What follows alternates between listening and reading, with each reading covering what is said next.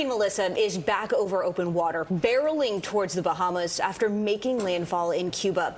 The storm left behind a trail of destruction there and in Jamaica, where it hit as a Category 5 storm. Here's the latest. More than 30 people have been killed. Thousands of homes are badly damaged or destroyed, and rescue efforts continue tonight. In Cuba, more than 700,000 people are still in shelters.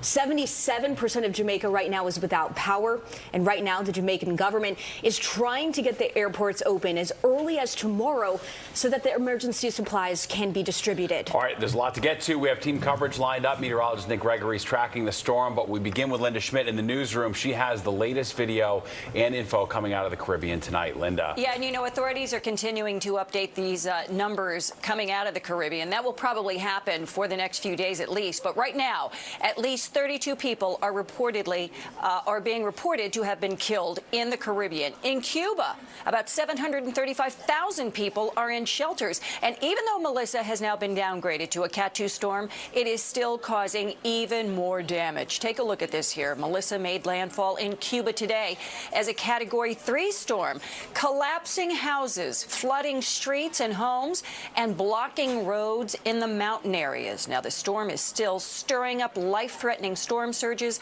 damaging winds, and flash flooding.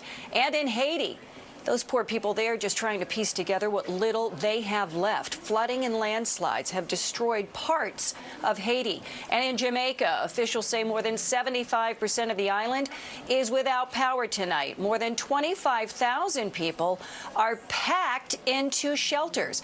Now, this was the strongest storm to make a direct hit on Jamaica in 174 years. President Trump speaking out, saying that the U.S. is deploying a disaster response team, as well as search and rescue crews to help with recovery efforts. You are about to hear from the president, and you are going to be hearing from a couple from Chicago who was in Jamaica celebrating a family birthday as well as their 41st wedding anniversary. We're just grateful to be alive, and we're praying for Jamaica's recovery right now.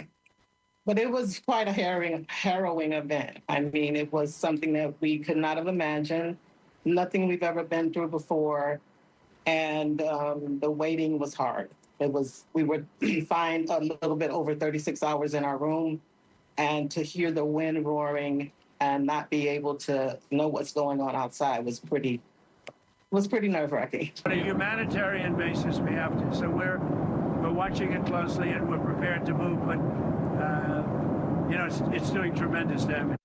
It certainly is. And now the storm is expected to bring heavy rain and flooding to the southeast Bahamas. Steve, back upstairs to you. Very well. All right. Thanks, Linda. Melissa has emerged on the north side of Cuba and is back over open water. Yeah, Chief Meteorologist Gregory is tracking the storm and joins us now with the latest. Hi, yes. Nick. Hi there, Steve and Haley. And you can see on the latest satellite view that, again, Melissa making the move now towards the central and southeast Bahamas. And look at the last couple of frames. Look at that blow up in cloud cover, right? So I'm going to put the enhanced radar, satellite radar up here, and you're going to see that that could be a sign that it's trying to strengthen back up one more time. We've had a couple of rounds where it went from a Cat 5 to a 4 to a 3, back to a 4.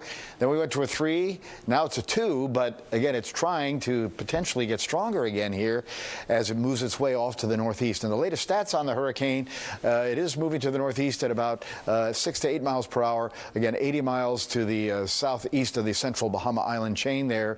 Winds at 90 miles per hour. Again, that makes it a Cat 2 as it will advance slowly on north and eastward from here and eventually get very close to Bermuda. That's Bermuda right there. So it'll get very, very close. It'll be on the right side of the hurricane. It'll be a Category 2 storm there. Remember, the right side, that's the worst side because of the whole forward motion of the hurricane. So they'll have some pretty bad effects from the storm as it moves along. Notice again, it's far off the east coast, but that still doesn't mean we're not going to see something from it in the fact of some large swells that will come in, and that could cause some more beach erosion as what's left of Melissa heads into the North Atlantic, maybe over towards Ireland down the road. So there's something, again, we're going to watch. Also, we're going to be watching this storm, which will sort of enhance the rain, wind, and maybe coastal flooding as we head on into Thursday.